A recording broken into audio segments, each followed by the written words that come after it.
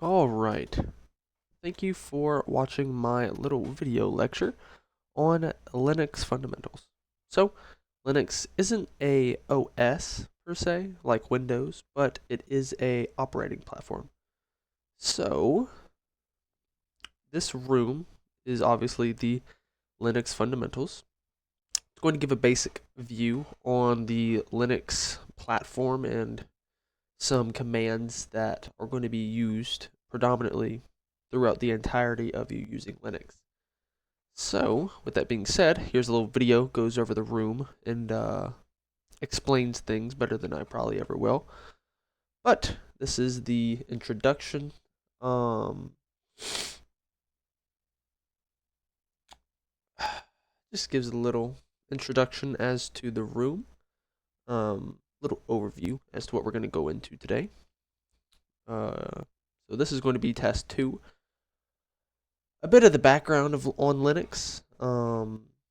It just explains where it's used and the different flavors of Linux. So, um, explaining, the name Linux and how it's an umbrella term, and how it's based on Unix, which is a precursor to Linux because Linux was made by a man named Linus in Sweden, if I'm not mistaken. Um, and the year that Linux came out was 1999 by the man mentioned before. Test 3, this is going to give us a Linux machine. So a little machine is going to pop up.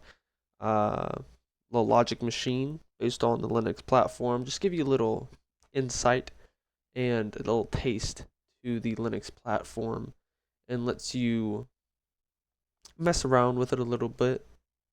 Gives you a couple things to do, especially moving forward into task 4, which is running the first few commands, which is going to be echo.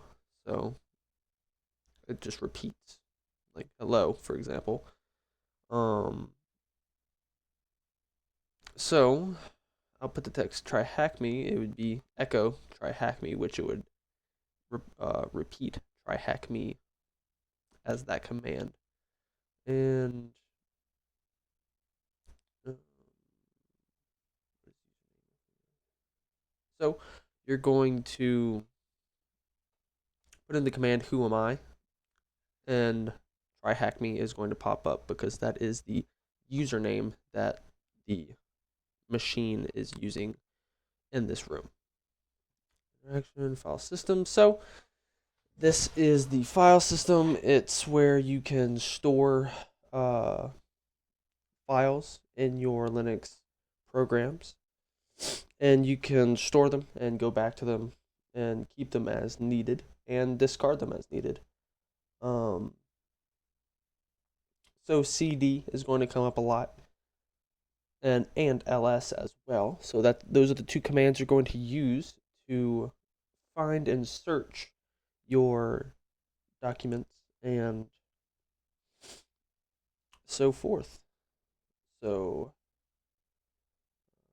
along with pdw is going to be another command that you're going to use to look and search for your documents and txt files.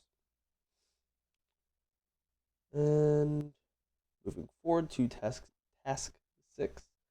Uh, so just like before, using cd and ls to look up files and use files, along with the find command, which is the same thing as these two, but it's more of an automated, streamlined command comparably to cd and ls. So the way you would use find would be find whatever txt file, and that's where it would show you where it is, and it would obviously present you the file. Grep is going to be uh, another command that you're going to use. Allows you to search the contents of a file, and it presents it to you and highlights the file that you are looking for.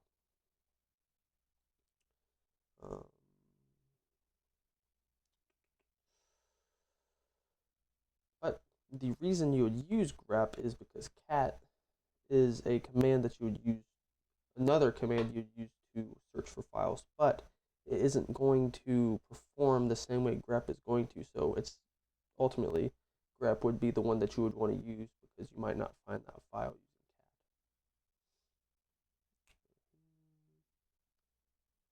cat. And this is just an introduction to shell operators. Command 1, command 2, and. So to run a command in the background, you would use the and sign, and just gives an overview of replacing passwords, or replacing the contents of a file named passwords with the word password 123. And conclusion,